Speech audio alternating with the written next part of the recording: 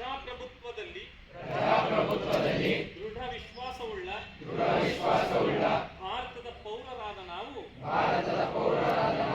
ನಮ್ಮ ದೇಶದ ಪ್ರಜಾಸತ್ತಾತ್ಮಕ ಸಂಪ್ರದಾಯಗಳು ಮತ್ತು ಮುಕ್ತ ನ್ಯಾಯಸಮ್ಮತ ಮತ್ತು ಶಾಂತಿಯುತ ಚುನಾವಣೆಗಳ ಘನತೆಯನ್ನು ಎತ್ತಿ ಹಿಡಿಯುತ್ತೇವೆಂದು ಮತ್ತು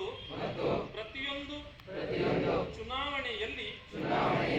ನಿರ್ಭೀತರಾಗಿ ಮತ್ತು ಧರ್ಮ, ಜನಾಂಗ,